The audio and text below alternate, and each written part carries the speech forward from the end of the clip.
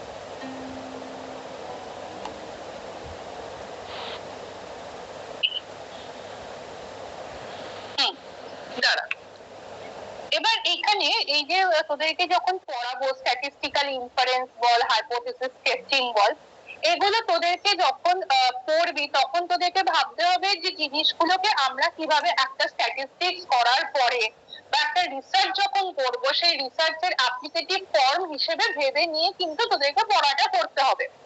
এই CC9 বিষয়টার যে হেডিংটা সেটা দেখবি যে statistical method for psychological research বলে দেওয়া রয়েছে। মানে এখানে আমরা কিছু স্ট্যাট শিখছি এবং সেটা রিসার্চের কাজে লাগাচ্ছি। রিসার্চ করার পরে যখন আমরা ডেটা কালেকশন করছি, ডেটা কালেকশন করে তার যখন স্কোরিং স্কোরিং গুলো পাচ্ছি, স্কোরিং গুলোকে আমরা স্ট্যাটিস্টিক্যাল অ্যানালিসিস করি, অ্যানালিসিস করার পর সেগুলোকে আমরা ইন্টারপ্রিট করি। এবার ইন্টারপ্রিট করতে গেলে আমাদেরকে আগে থেকে রিসার্চের আগে কিছু হাইপোথিসিস ড্র করতে হয়। একটু মনে করে দেখ, রিসার্চের স্টেপস গুলো যখন তোরা পড়েছিলি তখন রিসার্চের ফার্স্ট স্টেপ ছিল আইডেন্টিফাইং আ প্রবলেম, সেকেন্ড স্টেপ ছিল ফর্মুলেটিং আ হাইপোথিসিস। মানে ছিল যে প্রথমে কোন প্রবলেমের উপর কাজ করব, এর পরেরটা ছিল যে প্রবলেমটা সিলেক্ট করলাম সেই প্রবলেমটা কে আমরা কি কি ভাবে অনুমান করতে পারি, তার আউটকাম কি হতে পারে, তার রেজাল্ট কি হতে পারে, কি অনুমান করতে পারে, এই অনুমানটা আমাদেরকে আগে করে দিতে হয়। এই অ্যাসাম্পশন বা অনুমানটাকেই বলা হয় হাইপোথিসিস। এবার যে অ্যাসাম্পশনটা আমি আইডেন্টিফিকেশন অফ প্রবলেম করার পরেই করে নিচ্ছি, তারপরে ডেটা কালেকশন করছি, তারপরে আইভিডিবি সিলেকশনস গুলো হচ্ছে, স্ট্যাটিস্টিক্যাল ক্যালকুলেশন করছি, করে নিয়ে যখন রেজাল্ট ইন্টারপ্রিট করছি তখন আমি প্রথমের দিকে যে হাইপোথিসিসটা ড্র করেছিলাম সেটা প্রুভ হলো কি হলো না আফটার ক্যালকুলেশন, সেটাকে আমাদেরকে স্টেপ বাই স্টেপ সেইটাকে অ্যানালাইজ করতে হয়। এইটাই আমরা দেখবো যে প্রিভিয়াসলি যে হাইপোথিসিসটা আমরা ড্র করেছিলাম সেই হাইপোথিসিসটা আফটার ক্যালকুলেশন বা স্ট্যাটিস্টিক্যাল অ্যানালিসিস সেটা প্রুভ হলো কি হলো না, এবং সেটা করার জন্য কি কি স্টেপস আসে। এবং এই হাইপোথিসিস টেস্টিং করতে গিয়েও অনেক সময় সেটা রিসার্চারের দ্বারা কিছু না কিছু এরর চলে আসে। যেমন বা সিম্পল দু ধরনের হাইপোথিসিস আছে আমরা জানি, একটা হচ্ছে অল্টারনেটিভ হাইপোথিসিস, একটা নাল হাইপোথিসিস।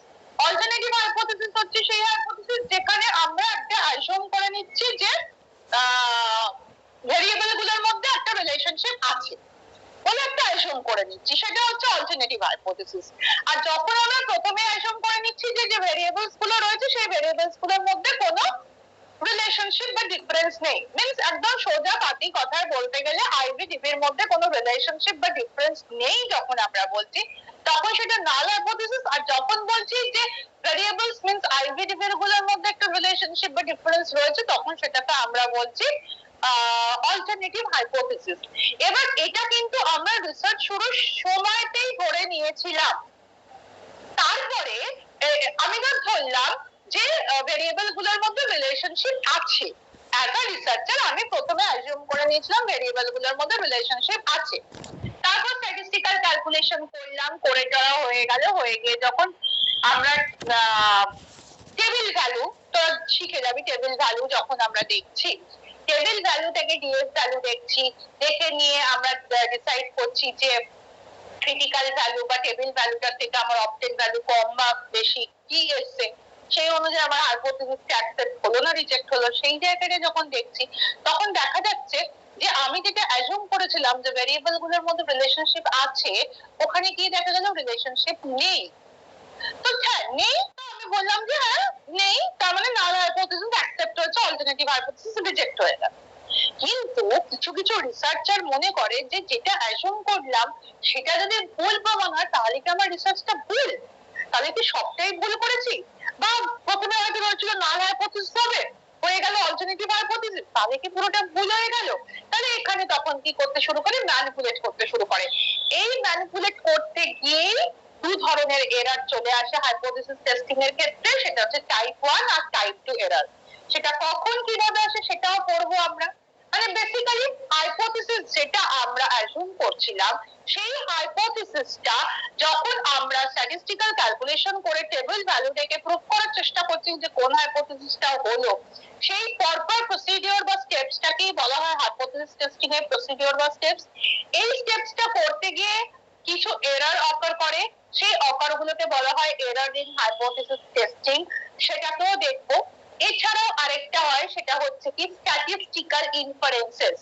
স্ট্যাটিস্টিক্যাল ইনফারেন্সেস তো আরেকটা জায়গা, সেটাও আমরা পড়বো। আপাতত বল যে হাইপোথিসিস টেস্টিং এর এই যে কনসেপচুয়াল জায়গাটা বললাম, এইখানে কোনো কনফিউশন আছে কিনা তোদের?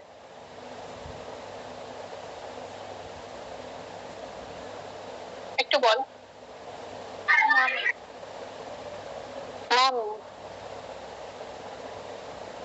আচ্ছা আচ্ছা অন্বেষা, তুই একটু আনমিউট হ, তুই বল যে তোদের কলেজে স্ট্যাটস এর কি স্ট্যাটাস আপাতত? ম্যাম স্ট্যাটসে এখন পর্যন্ত আমাদের অ্যাকচুয়ালি অফলাইন ক্লাস তো খুব একটা হচ্ছে না, এখন তো অনলাইনই হচ্ছে। তো ওই নাল হাইপোথেসিস ওই পার্টগুলো হয়ে গেছে, আর টি টেস্টের পার্টটা হয়েছে, মানে ওই জাস্ট ইয়েগুলো মানে থিওরির পার্টটা আর কি। এখনো মানে মানে যে অঙ্কগুলো করানো সেগুলো এখনো কিছু হয়নি। তো ওগুলো ম্যাম বলেছেন কলেজ খুললে তারপর হবে। মানে প্র্যাকটিক্যাল স্টার্টই হয়নি বলতে গেলে, তাই তো? না ম্যাম, সিসি এখন নাইনের প্র্যাকটিক্যাল স্টার্ট হয়নি, মানে উনি শুধু ইয়েটা দিয়েছেন আর কি, মানে এলএনবি লেখাটা রাইট আপ। দিয়েছেন তো। হ্যাঁ হ্যাঁ, তো সেইটা মানে কলেজ খুললে চেক করবে। এলএনবি থেকে তোরা না বুঝে অঙ্কগুলো টুকে ফেলবি, তারপরে চেক করবে? হ্যাঁ ম্যাম, আপাতত তো সেটাই করছি, কারণ এখনো উনি অঙ্কগুলো কিছু বোঝাননি। আচ্ছা, ঠিক আছে।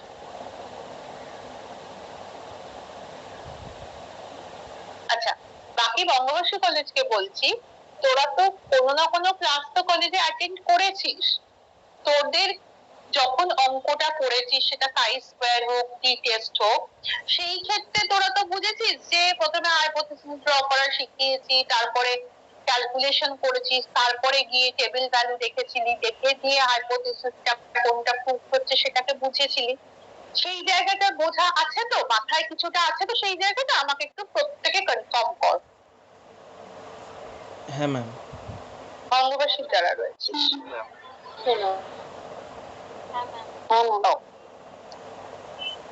আচ্ছা, এবার বিষয়টা হচ্ছে যে এই হাইপোথেসিস টেস্টিং এর জায়গাটা থেকে কিভাবে হবে। নোটটা শেয়ার করার আগে কিছুটা বলি। যখন আমরা স্ট্যাটিস্টিক্স করব, সেটা টি টেস্ট হতে পারে, কাই স্কয়ার হতে পারে, অ্যানোভাও হতে পারে। যখন আমরা এই অঙ্কগুলো করব, তখন এই স্ট্যাটিস্টিক্স গুলো করার আগে আমাদেরকে প্রথমে হাইপোথেসিস ড্র করতে হয়, যেটা লিখতে হয় হাইপোথেসিস ফর্মুলেশন বলে।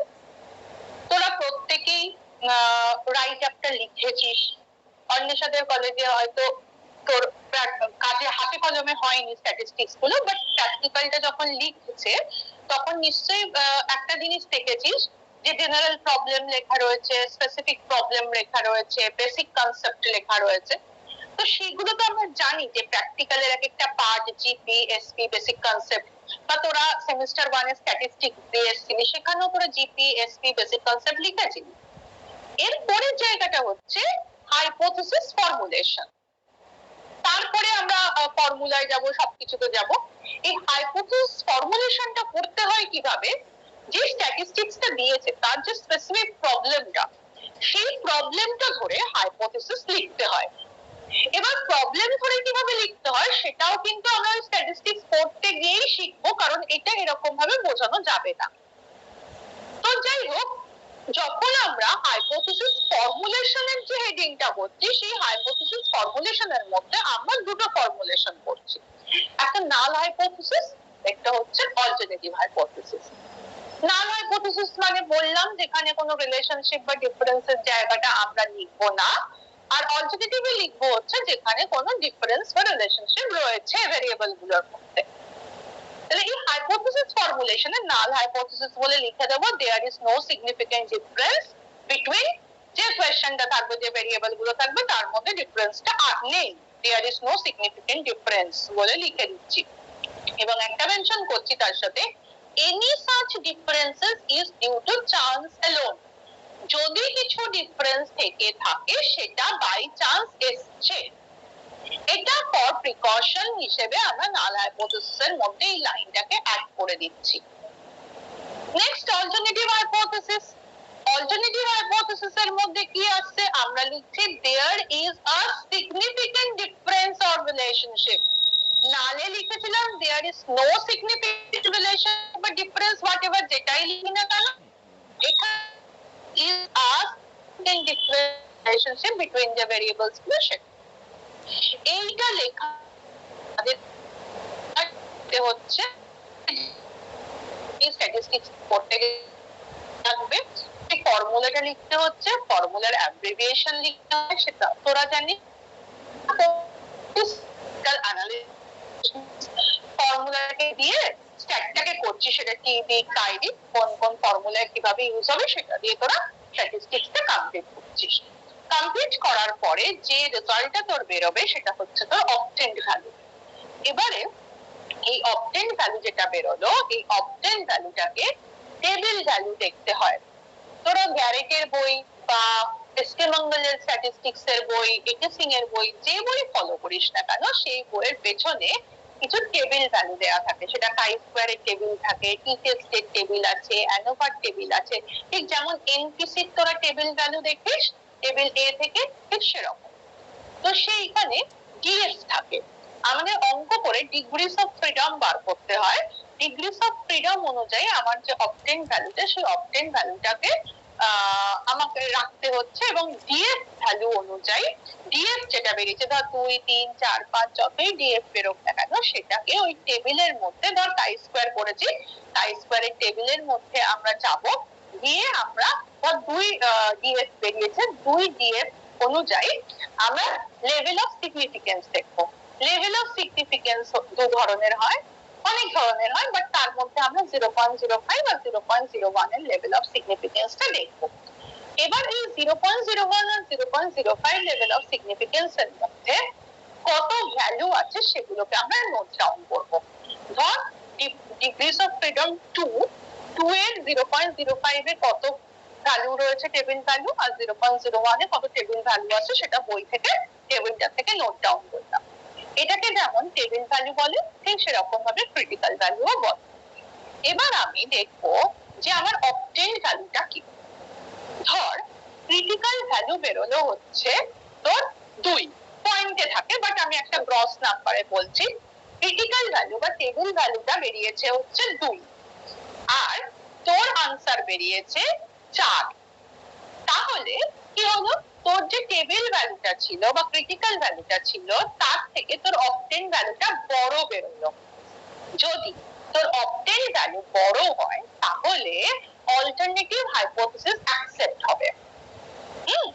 কারণ যে ভ্যালুটা প্রোভাইড করা রয়েছে সেই ভ্যালুটা থেকে অল্টারনেটিভ হাইপোথিসিস তোর অবটেন্ড ভ্যালুটা বড়, সেই ক্ষেত্রে অল্টারনেটিভ হাইপোথিসিস অ্যাকসেপ্ট হচ্ছে।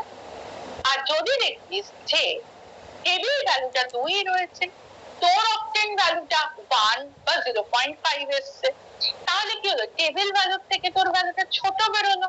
তাহলে সেই ক্ষেত্রে আমরা লিখবো যে নাল হাইপোথিসিস অ্যাকসেপ্ট হয়েছে।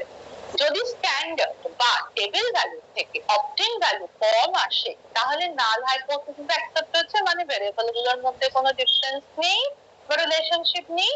আর যদি আমাদের যে টেবিল ভ্যালু বা ক্রিটিক্যাল ভ্যালু থেকে অবটেন্ড ভ্যালুটা বা আনসারটা যদি বড় হয় তাহলে আমরা বলবো অল্টারনেটিভ হাইপোথিসিস অ্যাকসেপ্ট হয়েছে, নাল হাইপোথিসিস রিজেক্ট হয়েছে।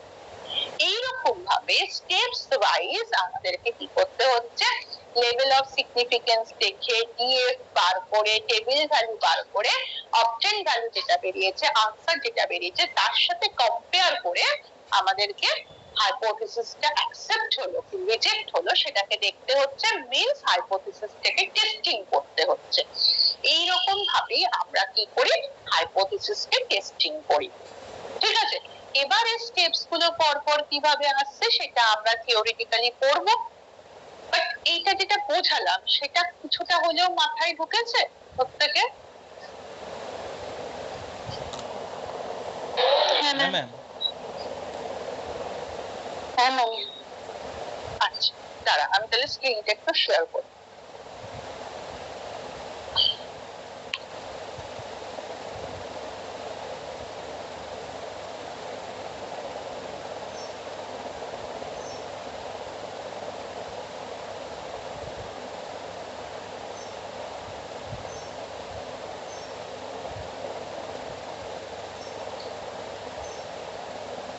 experimental hypothesis, null hypothesis and its testing, এটাও যা hypothesis testing ও একই জিনিস।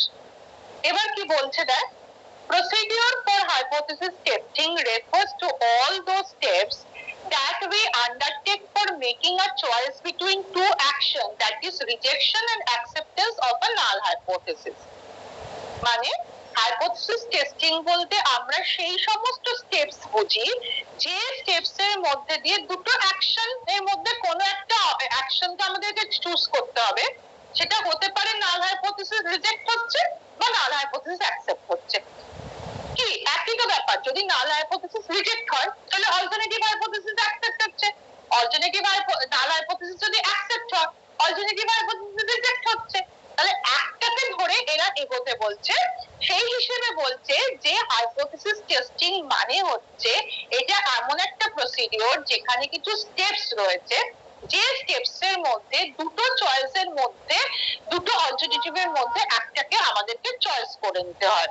সেখানে কি হতে পারে, either rejection or acceptance of null hypothesis, যে কোনো একটা আসতে পারে। এই যে স্টেপসে গিয়ে, যে স্টেপসের থ্রু দিয়ে গিয়ে আমরা এই আইদার রিজেকশন বা অ্যাকসেপ্টেন্সের জায়গাটা পাবো, সেই স্টেপস গুলোকেই বলা হয় বা সেই প্রসিডিওরকেই বলা হয় হাইপোথিসিস টেস্টিং এর প্রসিডিওর। এর ভেরিয়াস স্টেপস গুলো এবার এখানে 1 2 3 4 করে রয়েছে, বাট এই জিনিসটাই একটা ট্যাবুলার ফর্মে রয়েছে, সেটার থেকে পড়াবো, তাহলে এই জিনিসটা তোদের বুঝতে সুবিধা হবে। এটা ফ্লো ডায়াগ্রাম। ফ্লো ডায়াগ্রামটাতে দেখ, এই পুরো ফ্লো ডায়াগ্রামটা রয়েছে, এটাই কিন্তু এক একটা লাইন এক একটা স্টেপস বা হেডিং করে আগে লেখা ছিল। প্রথমেই আমাদেরকে কি করতে হবে, স্টেট ও অ্যাজ ওয়েল অ্যাজ হা। এই ওটা কি, ও মিন্স হচ্ছে এটা সিম্বল কার নাল হাইপোথিসিসের, এইচ সাফিক্সে ও। আর অল্টারনেটিভ হাইপোথিসিসের সিম্বল কি, এইচ সাফিক্সে এ, বা অনেক সময় H1 কেও বলা হয় অল্টারনেটিভ হাইপোথিসিস। প্রথমে আমাদেরকে স্টেটমেন্টটা স্টেট করতে হবে, নাল hypothesis alternative hypothesis statement state করতে হবে। ওই যে প্রথমেই বললাম যে আমাদেরকে হাইপোথিসিস ফর্মুলেশন বলে লিখে নিয়ে আমাদেরকে কি করতে হবে, যে নাল হাইপোথিসিস বলে there is no significant difference বলে দেয়ার যা ভেরিয়েবলস রয়েছে সেগুলো লিখতে হচ্ছে, আর লিখতে হচ্ছে any such differences is due to chance alone. আর অল্টারনেটিভ হাইপোথিসিস আমরা লিখবো যে there is a significant difference between বলে যেগুলো যেগুলো রয়েছে সেগুলো লিখবো, দিয়ে আমরা এটাকে ফার্স্ট কি করব, স্টেটমেন্টটাকে স্টেট করব। সেটাই বলছে ফার্স্ট স্টেট ও অ্যাজ ওয়েল অ্যাজ হা, means state null hypothesis as well as alternative hypothesis এর স্টেটমেন্টটাকে স্টেট করব। Then specify the level of significance or the alpha value. এবার আমাদেরকে ঠিক করতে হবে যে লেভেল অফ সিগনিফিকেন্স রয়েছে, যেগুলোকে আমরা 0.05 0.01 যাই বলি না কেন, সেই লেভেল অফ সিগনিফিকেন্স গুলো কোন লেভেল অফ সিগনিফিকেন্সে গিয়ে আমি কাজটা করব। অনেক কিছু লেভেল অফ সিগনিফিকেন্স ডিএফ এর পাশে থাকে, 0.01 0.02 0.03 0.04 0.05 এরকম, বা 0.10 এরকম থাকে।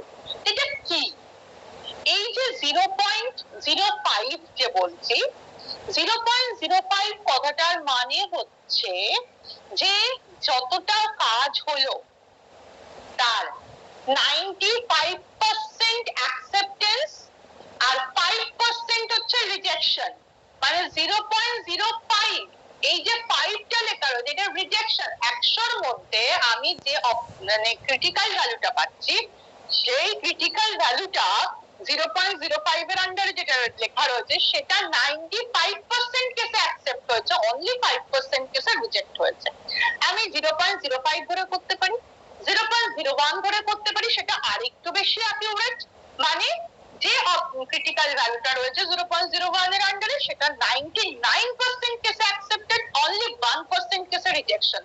মানে এগুলোকে কি করছি, 100 থেকে 1টাকে মাইনাস করে দিচ্ছি, 100 থেকে 5টাকে মাইনাস করে দিচ্ছি, আর যেটা দেওয়া রয়েছে সেটা রিজেকশন, আর যেটা মাইনাস করে আসছে সেটা হচ্ছে অ্যাকসেপ্টেন্স জোন। এবার আমার উপর ডিসিশন যে আমি 0.01 এ করব কি 0.05 এ করব কি 0.02 0.010 কিসের উপর করবো, সেটা সম্পূর্ণ ডিপেন্ড করছে রিসার্চারের উপর। কেউ 0.10 তে করতে পারে, 0.10 মানে হচ্ছে 90% কেসে অ্যাকসেপ্টেন্স, 10% কেসে রিজেকশন। বাট সাধারণত আমরা রিসার্চার যারা রিসার্চ করি তারা প্রত্যেকেই 0.01 বা 0.05 লেভেলটাই চেক করে, কারণ এটা বেশ অথেন্টিক। বিকজ 95% আর 5% জায়গাটা রয়েছে, 99 and 1% জায়গাটা রয়েছে, সেই হিসেবে এটা অনেকটা বেশি অথেন্টিক। তো আমাদেরকে প্রথমে স্টেট করার পরে নাল আর অল্টারনেটিভ হাইপোথিসিস আমাদেরকে ডিসাইড করে নিতে হবে যে লেভেল অফ সিগনিফিকেন্সটা কি হবে। লেভেল অফ সিগনিফিকেন্স এর যে জায়গাটা, সেটা আমরা কোন লেভেলটা নেব, 0.01, 0.05 বা হোয়াট এভার, সেটা ঠিক করলাম সেকেন্ড স্টেপে। থার্ড স্টেপে করছি decide the correct sampling distribution. এবার ঠিক করব যে আমরা কোন স্যাম্পলিং ডিস্ট্রিবিউশনের উপর কাজ করছি।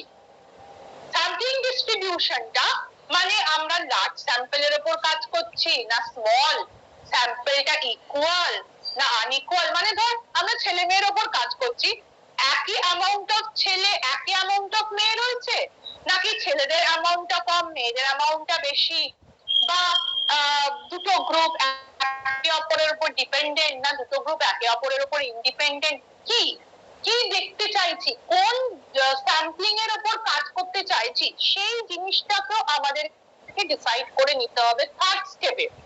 কারণ এনটা পাওয়া দরকার, টোটাল নাম্বার অফ ইন্ডিভিজুয়ালটা পাওয়া দরকার, তা না হলে আমরা ডিএফ বার করতে পারবো না। কারণ ডিএফটাও আবার আমাদেরকে আলাদাভাবে আমরা করব। ডিএফ হচ্ছে এমন একটা জিনিস যেটা না বার করলে আমরা ক্রিটিক্যাল ভ্যালু গুলো বার করতে পারবো না। এনটা দিয়ে ডিএফ বার করতে অনেক সময় n-2 করে ডিএফ বার করি, অনেক সময় 2 into n-1 বা 2 করে ডিএফ বার করি। আমাদের কারেক্ট স্যাম্পলিং ডিস্ট্রিবিউশনটা যতক্ষণ না জানা থাকবে বা কিসের উপর করব তার বেসিসেই কিন্তু স্ট্যাটস এর ফর্মুলা কি হবে, বাকি জিনিসগুলো কিভাবে করব সবটা ডিপেন্ড করে।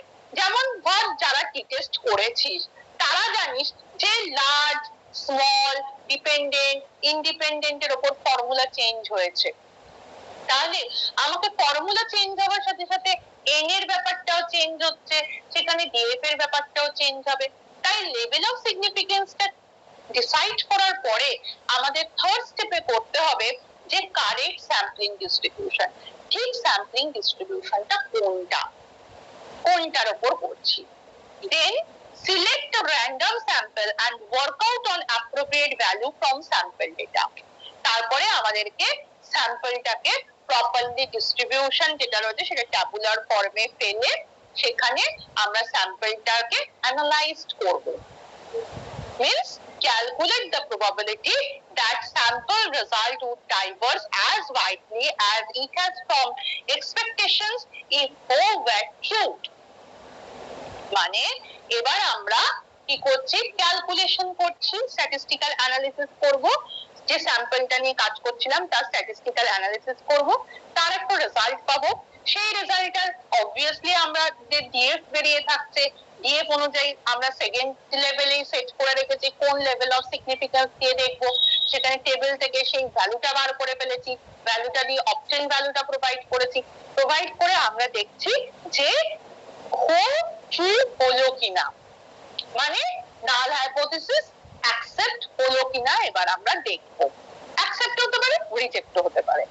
এবার যদি বলছে কি if this probability equal to or smaller than a alpha value in case of one tail test and alpha by 2 in case of two tail test, তাহলে কি হবে, মানে বলছে যে probability কি হতে পারে, যে হাইপোথিসিস অ্যাকসেপ্ট হতে পারে নাল হাইপোথিসিস বা রিজেক্ট হতে পারে। এবার যদি আমার যে অবটেইন ভ্যালু আর যে ক্রিটিক্যাল ভ্যালু তার থেকে যদি টেবিল ভ্যালুটা ছোট বা বড় হয় তাহলে নাল হাইপোথিসিস অ্যাকসেপ্ট হবে না রিজেক্ট হবে, সেটা কিভাবে ডিপেন্ড করছে, বলছে যে one tail test two tail test দু ধরনের টেস্ট হয়। এটাও একটু বলে দিই, ওয়ান টেল টেস্ট মানে হচ্ছে কি, যেখানে এক মিনিট দ্বারা এটার একটা মেটেরিয়াল আছে দেখে বলতে তোর সুবিধা হবে।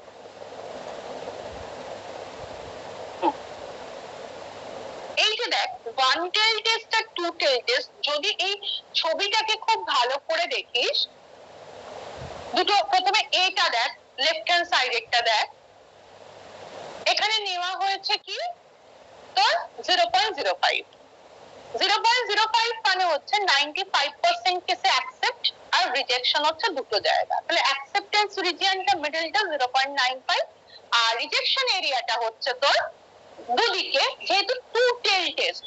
টু টেল টেস্ট মানে হচ্ছে দুদিকে রিজেকশন। কি রিজেকশন? আর দুদিকেই 5 করে না, একদিকে আড়াই আরেকদিকে আড়াই। যেমন ধর একটা সহজ এক্সাম্পল, তোকে তুই টি টেস্ট কর, কাই স্কয়ার কর, তোকে প্রুভ করতে বললো যে প্রমাণ করো যে ছেলেদের অ্যাপটিটিউড বেশি দ্যান মেয়েদের অ্যাপটিটিউড। এখানে তোকে ডাইরেক্ট করে দিচ্ছে যে প্রমাণ করো যে ছেলেদের অ্যাপটিটিউড বেশি দ্যান মেয়েদের অ্যাপটিটিউড, মানে তোকে ডাইরেক্ট করে দিচ্ছে একদিকে যে এটাই প্রমাণ করো। That is one tail test or directional test. তোকে যখন ইন্ডিকেশন টুয়ার্ডস ওয়ান সাইড, তখন সেটা one tail test or directional test. সেই জন্য ওয়ান টেল টেস্টে দেখ 95% অ্যাকসেপ্টেন্স এরিয়া, রিজেকশন কিন্তু আইদার রাইট সাইডে হতে পারে বা লেফট সাইডে হতে পারে, যে সাইডেই হোক ফুল রিজেকশন এরিয়াটা একদিকেই হবে এবং রিজেকশন এরিয়াটা 5%, দুদিকে নয়। কিন্তু তোকে বললো কোয়েশ্চেনটাতে ছেলে না মেয়ে কাদের অ্যাপটিটিউড বেশি সেটা বলো, তাহলে সেটা হতে পারে চান্সেসটা দুদিকেই প্রবাবিলিটি, ছেলেদের দিকেও হতে পারে মেয়েদের দিকেও হতে পারে, তাহলে সেই প্রবাবিলিটি 50-50 চান্সেস। তো 50-50 চান্সেস হলে তখন সেটা ডাইরেকশনটা টু ওয়ে ডাইরেকশন, ঠিক আছে? কোনো ফিক্সড ডাইরেকশন নয়, নন ডাইরেকশনাল বিষয়টা। তখন সেটা টোটালের ক্ষেত্রে দেখ 95% অ্যাকসেপ্টেন্স এবং রিজেকশনটা 0.025, মানে আড়াই আড়াই করে দুদিকে ভাগ হয়েছে, ঠিক আছে? তাহলে টোটাল টেস্ট মানে হচ্ছে কি, যেখানে তোকে বলে দিচ্ছে যে ছেলে মেয়ে বা মেল ফিমেল হোয়াটএভার দুটো গ্রুপের মধ্যে কোনটা বেটার নয়, এরকম কিছু বলে দিচ্ছে। তাহলে প্রবাবিলিটি বোথ সাইডে, কোনো দিকে ডাইরেকশন নেই, নন ডাইরেকশনাল মানে টোটাল। সেখানে দুদিকেই রিজেকশন এরিয়াটা দুটো সমানভাবে ডিস্ট্রিবিউটেড হবে। যদি 0.01 হতো তাহলে 99% অ্যাকসেপ্টেন্স হয়ে হাফ ডান দিকে হাফ বাঁ দিকে রিজেকশন হতো এনপিসির। আবার যদি তোকে বলে দেয় যে ছেলেরা বেশি ইন্টেলিজেন্ট বা মেয়েরা বেশি ইন্টেলিজেন্ট দেন ছেলেরা, এটাই প্রমাণ করো, একটা দিকে ডাইরেক্ট করে দিচ্ছে, তখন সেটা হয়ে যাবে ওয়ান টেল বা ডাইরেকশনাল টেস্ট। সেখানে 0.05 বা 0.01, 99 বা 95% অ্যাকসেপ্টেন্সের জায়গাটা একদিকে থাকবে, আর আইদার রাইট সাইড বা লেফট সাইডে রিজেকশনটা অল ওভার 1% বা 5% হিসেবে থাকবে। সেটা দুদিকে হাফ হাফ বা আড়াই আড়াই করে কিন্তু ভাগ হবে না, দুদিকে ডিস্ট্রিবিউটেড হয়ে গেলে সেটা হয়ে যাবে টু টেল টেস্ট, একদিকে যদি থাকে সেটা হচ্ছে ওয়ান টেল টেস্ট। এবার আমাদের এই হাইপোথিসিস টেস্টিং এর জায়গাটাও ডিপেন্ড করে যেটা ওয়ান টেল টেস্ট না টু টেল টেস্ট। এই যে লেভেল অফ সিগনিফিকেন্স গুলো 0.01, 0.05, এগুলোকে বলে আলফা ভ্যালু। এবার এই আলফা ভ্যালু অনুযায়ী তোর হাইপোথিসিস নাল হাইপোথিসিস অ্যাকসেপ্ট হবে কি রিজেক্ট হবে, সেই জায়গাটা আবার আমরা যাচ্ছি।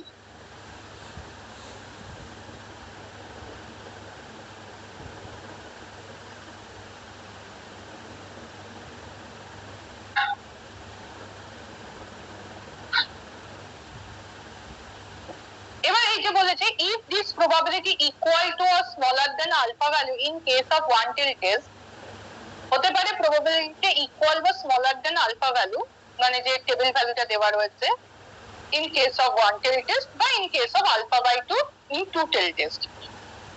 তখন yes কখন হবে? যখন রিজেক্ট হবে হোক, অল্টারনেট নাল হাইপোথিসিস রিজেক্ট হচ্ছে, কখন?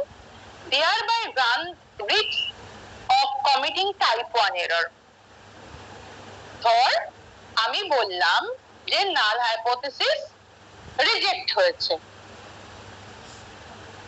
তার মানে আমি যদি এটা বলি রিজেক্ট হয়েছে, হতে পারে সেখানে টাইপ 1 এরর কমিটেড হয়েছে।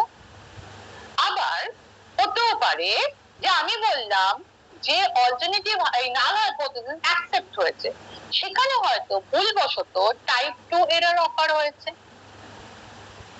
এবার এই টাইপ 1 টাইপ 2 এররটা কি সেটা জানতে হবে। টাইপ 1 আর টাইপ 2 এররটা কি বলছে দেখ। আর type 1 error occurs when The null hypothesis is rejected when it is in fact true. মানে null hypothesis কে কোনো একজন রিসার্চার রিজেক্ট করে ফেলেছে, বাট এটা ঠিক ছিল। এই যেখানে লেখা রয়েছে ইয়েস, প্রবাবিলিটিটা ছিল ইয়েস, যে equal or smaller than alpha value, but researcher কি করেছে, রিজেক্ট করে ফেলেছে নাল হাইপোথিসিসকে। তার মানে এখানে টাইপ 1 এরর অকার হয়ে গেছে। টাইপ 2 এরর কখন অকার হচ্ছে, এখানে তোর নাল হাইপোথিসিসটা আসেনি, ঠিক আছে, বাট রিসার্চার নাল হাইপোথিসিসকে অ্যাকসেপ্ট করে ফেলেছে। তার মানে সে কি কমিট করেছে, টাইপ 2 এরর কমিট করেছে। যে কাজটাকে পড়বি, টাইপ 2 এরর 1 টাকে পড়লি, 2 টাকে অপোজিট পড়বি। 1 হচ্ছে যখন নাল হাইপোথিসিসকে রিজেক্ট করে দিচ্ছে রিসার্চার, বাট বেসিক্যালি এটা ছিল, নাল হাইপোথিসিস ছিল। প্রবাবিলিটিতে দেখা গেছিল যে 1 টেল টেস্ট বা 2 টেল টেস্টের যে লেভেল অফ সিগনিফিকেন্স থেকে অবটেন ভ্যালু আর ক্রিটিক্যাল ভ্যালুর মধ্যে কম্পেয়ার করে দেখা গেছে যে null hypothesis accepted, but researcher somehow ভুল করে নাল হাইপোথিসিসকে রিজেক্ট করে দিয়েছে, তখন টাইপ 1 এরর অকার হচ্ছে। আবার ঠিক সেম ঘটনা দেখা যাচ্ছে যে রিসার্চার নাল হাইপোথিসিসকে রিজেক্ট করলো না, মানে অ্যাকসেপ্ট করলো, কিন্তু সেখানে নাল হাইপোথিসিস ছিলই না, ফলস ছিল, তখন কি হলো, টাইপ 2 এরর অকার করলো। এটাই এরকম ভাবে টেবিল ফর্মে দিয়ে দিয়েছে। তাহলে এই যে এমনিতে তো ইয়েস নো হচ্ছে, এবার ঠিকও করতে পারে লোকজন, ধর যেখানে ইয়েস বেরিয়েছে সেখানে কমেন্ট করলে হ্যাঁ ইয়েস হয়েছে, নাল হাইপোথিসিস অ্যাকসেপ্ট হয়েছে, আর যেখানে নো হয়েছে সেখানে বললে নাল হাইপোথিসিস রিজেক্ট হয়েছে, এটা হতে পারে। এই অবধিও হয়, আবার কিছু কিছু ক্ষেত্রে এরারটাও আসে, দুটোই হতে পারে, ঠিক আছে। এই এরার কমিট করা অবধি বা এরার কমিটের আগে অবধি তোর কি হচ্ছে, হাইপোথিসিস টেস্টিং হচ্ছে।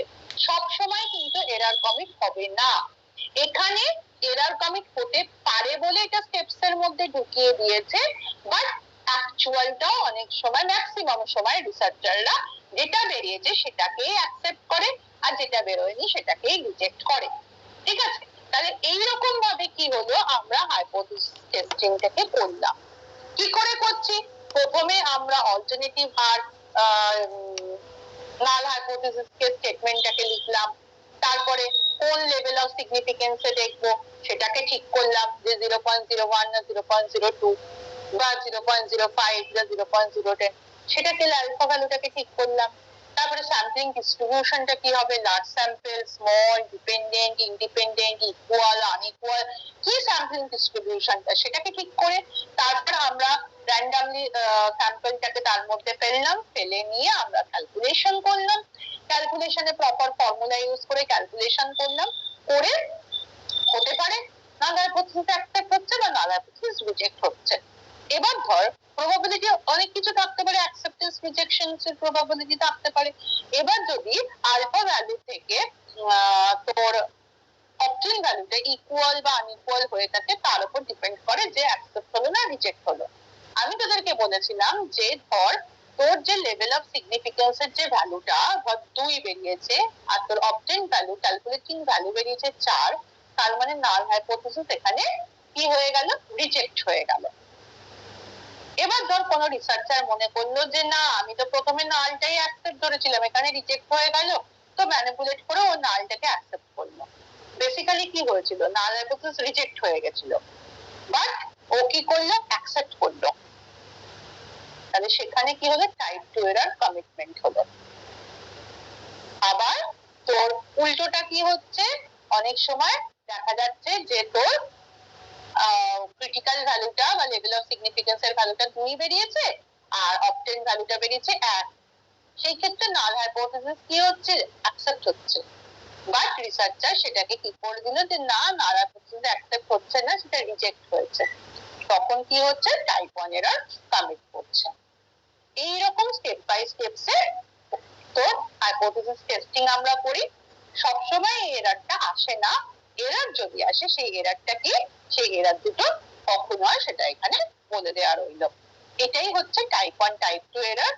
এবং হাইপোথিসিস টেস্টিং এর টাইপ 1 এরারটাকে আমরা বিটা দিয়ে সিগনিফাই করি, আর টাইপ 2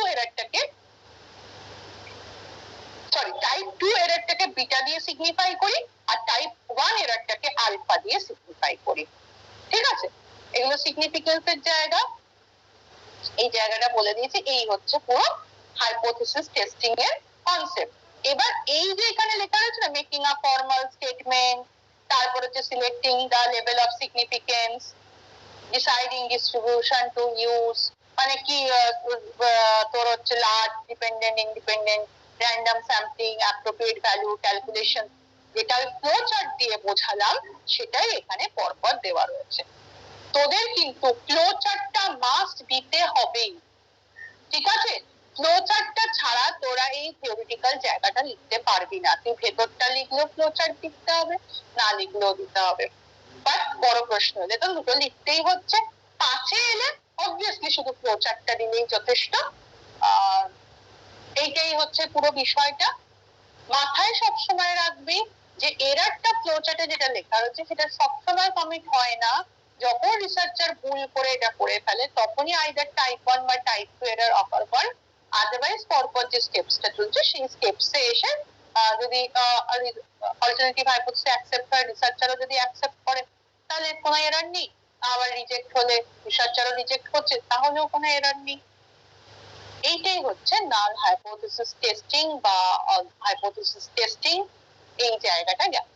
এবার এখানে বলতে এটা বুঝতে পারলি কিনা?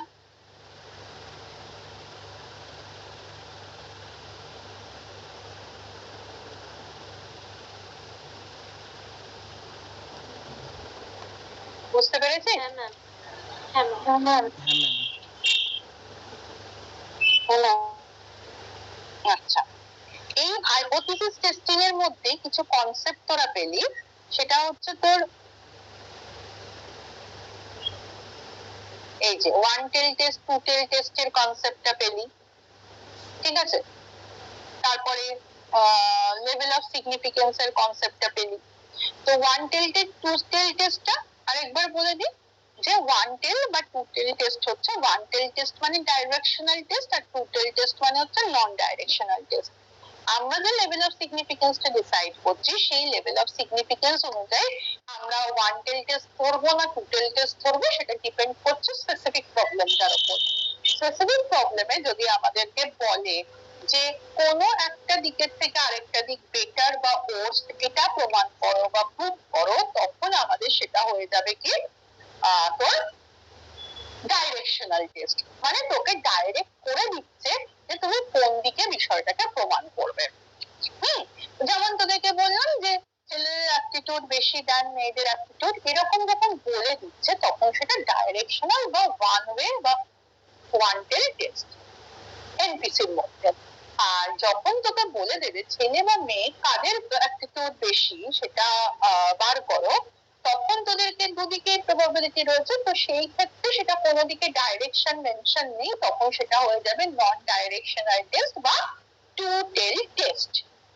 এবার যখন আমরা লেভেল অফ সিগনিফিকেন্সটা এখানে এক্সাম্পল দিয়েছি 0.05, তার মানে 0.05 মানে আমি তোদেরকে কি শেখালাম, যেটা থাকছে যে 5 বা 1 সেটাকে 100 এর থেকে মাইনাস করবো। 100 এর থেকে মাইনাস করে যে রেজাল্ট আসবে সেটা হচ্ছে অ্যাকসেপ্টেন্সের জায়গাটা, আর যেটা মাইনাস করছি সেটা হচ্ছে রিজেকশনের জায়গাটা। তাহলে 5% যেটা সেটা হচ্ছে রিজেকশন আর 95টা অ্যাকসেপ্টেন্স রয়েছে। এবার ওয়ান টেল টেস্ট যেটা রাইট সাইডে রয়েছে, ওয়ান টেল টেস্টের ক্ষেত্রে একদম এক সাইডে পুরোটা জুড়ে অ্যাকসেপ্টেন্সের জায়গাটা যেটা রয়েছে সেটা হচ্ছে 0.95, মানে 95% অ্যাকসেপ্টেন্স রিজিয়ন উপরে লেখা রয়েছে। রিজেকশন এরিয়াটা 5% যে রিজেকশন এরিয়াটা সেটা রাইট হ্যান্ড সাইডে রয়েছে। সেটা রাইট হ্যান্ড সাইডেও হতে পারে, লেফট হ্যান্ড সাইডেও হতে পারে, যেদিকেই করবে যে কোনো একদিকে পড়তে হবে তোদেরকে, ঠিক আছে? এটা গেল ওয়ান টেল টেস্ট। আবার এই 95% এর অ্যাকসেপ্টেন্স এরিয়াটা যদি আমরা টু টেল টেস্টের ক্ষেত্রে পেলি, সেখানে রিজেকশনটা যেটা 5% এর রিজেকশন, তখন দুটো গ্রুপের মধ্যে ডিস্ট্রিবিউটেড হয়ে গেছে। কোনোটাতে বলা হয়নি যে কে বেশি ভালো কে বেশি খারাপ, সেটাকে প্রমাণ করার জন্য ডাইরেক্ট করা হয়নি, তখন দুদিকের প্রবাবিলিটি আছে ভালো খারাপের। তাহলে সেই হিসেবে এই 5%টাকে আড়াই আড়াই করে বোথ রাইট এন্ড লেফট সাইডে এন্ট্রিস এর মধ্যে ডিস্ট্রিবিউট করে দেওয়া হয়েছে। সেই জন্য ছবিটা ওয়ান টেল টেস্টের ক্ষেত্রে দেখ এই 0.05 যেটা রয়েছে যে রিজেকশনের জায়গাটা সেটা একটা দিকে বেশ বড় করে রয়েছে, whereas টোটালের ক্ষেত্রে এই যে 0.025 এর যে ডিস্ট্রিবিউশন রয়েছে সেটা দুদিকে ছোট করে রয়েছে এরিয়াটা। এটা কিন্তু মাথায় রাখতে হবে। এটাই হচ্ছে টু টেল টেস্ট। এবার এটা আমরা 0.01 এ করতে পারি, 0.02, 0.010 যা খুশিতে করতে পারি, বাট মাথায় রাখতে হচ্ছে ওয়ান টেল টেস্ট মানে তোকে একটা দিকে ডাইরেক্ট করেছে, আর টু টেল মানে তোকে কোনো দিকে স্পেসিফাই করে ডাইরেক্ট করেনি, প্রবাবিলিটি দুদিকেই হতে পারে, তাই রিজেকশনটা দুদিকে ডিস্ট্রিবিউটেড হয়ে গেছে। এরকম নয় যে দুদিকেই 5 করে রয়েছে। 5 যদি রিজেকশন হয় তাহলে আড়াই করে দুদিকে ভাগ, যদি 1 রিজেকশন হয় তাহলে হাফ করে দুদিকে ভাগ, যদি 10 রিজেকশন হয় তাহলে 5 করে দুদিকে ভাগ থাকবে। এই হচ্ছে ওয়ান টেল আর টু টেলের কনসেপ্টটা। এটা বোঝা গেছে?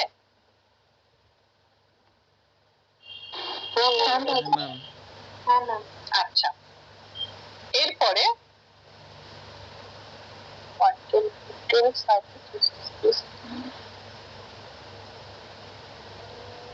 আর এখানে ওই নাল আর অল্টারনেটিভ হাইপোথিসিসের কনসেপ্টটা আরেকবার একটু দেওয়া রয়েছে, যেটা তোরা পড়ে এসেছিলি ওটাই দেওয়া আছে এইটাতে। hypothesis testing 1 till 2 না, আজকে p value করাবো না। আর লেভেল অফ সিগনিফিকেন্সটাও তোদেরকে বললাম যে লেভেল অফ সিগনিফিকেন্সটা কিভাবে হচ্ছে 0.05, 0.01 এটাও বলেছি। তাহলে আপাতত আজকে যেটা বললাম সেটা হচ্ছে নাল হাইপোথিসিস বা হাইপোথিসিস টেস্টিং, তাদের এরর গুলো কি হতে পারে, type 1, type 2 error, one tail test, two tail টেস্টের থিওরি আর লেভেল অফ সিগনিফিকেন্স এর জায়গাটা, এই কটা জিনিস তোদেরকে আজকে বুঝিয়েছি। বুঝতে পেরেছিস তো?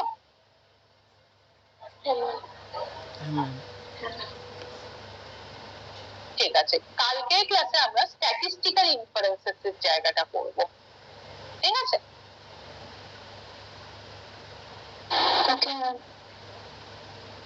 ঠিক আছে, তোরা লিভ করতে পারিস তাহলে।